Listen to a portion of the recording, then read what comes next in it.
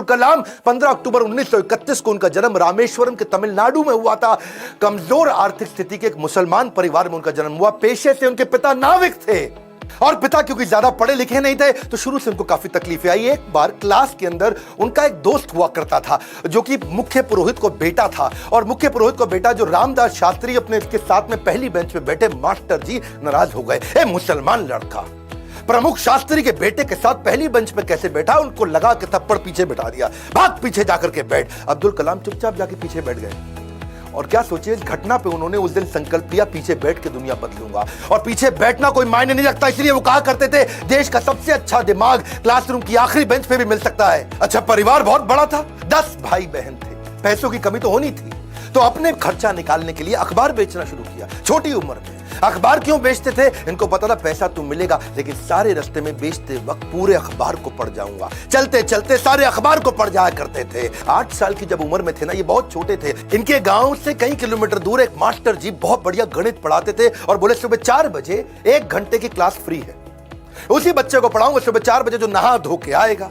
अब ये कई किलोमीटर दूर सुबह 3 बजे उठ के तैयार हो के नहा के ठंडे पानी से किसी भी मौसम में, सर्दी हो बारिश हो या तूफान हो, 4 बजे पहुंच जाया करते थे। कलाम जब रात को भी घर में पढ़ते थे तो उनके वहां पे लालटेन होती थी केरोसिन ऑयल से जलने वाली। 7 से 9 केवल 2 घंटे का तेल था इनके पास में, वो केरोसिन ऑयल, मिट्टी का तेल। लेकिन पिताजी माताजी इनकी जब देखा पढ़ने में इंटरेस्ट है तो उन्होंने अपने लिए अंधेरा रखा और इसके लिए 11 बजे तक किया। मेहनत से कभी डरे नहीं। 5वीं क्लास में थे, उनके टीचर सुब्रमण्यम अय्यर, श्री शिवा सुब्रमण्यम अय्यर, तो बच्चों को सिखा रहे थे चिड़िया कैसे उड़ती है, उसकी डिटेल की डिटेल, चिड़िया कैसे उड़ती है, चिड़िया कैसे उड़ती है, बच्चों को समझ ही ना आए तो ये उनको वहीं समुद्र के किनारे ले गए और वहां उड़ती हुई चिड़िया दिखाई। और वो लाइव एग्जांपल जब दिखाया चिड़िया उड़ती हुई, उसकी डिटेल की डिटेल पंखों की समझाई, तो उनके दिमाग में वहीं से इनका प्रोफेशन शेप हो गया। उनका घर समुद्र के करीब था और इच्छाएं आकाश से आगे थी, वहीं से एरोनॉटिक्स इनको समझ में आया। हाई स्कूल इन्होंने रामनाथपुरम के एक श्वार्ट्ज हायर सेकेंडरी स्कूल में किया और एक दिन एक बार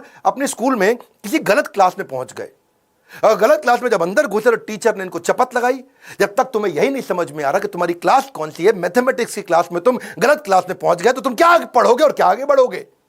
और वहीं इन्होंने इतनी पढ़ाई करी मैथमेटिक्स में कि 100 में 100 नंबर ले आए। टीचर भी हैरान हो गया। इसीलिए इन्होंने मद्रास के हाईएस्ट कॉलेज, देश का सबसे अच्छा कॉलेज था MIT, Madras institute of technology, वहां एरोनॉटिकल इंजीनियरिंग में दाखिला लिया।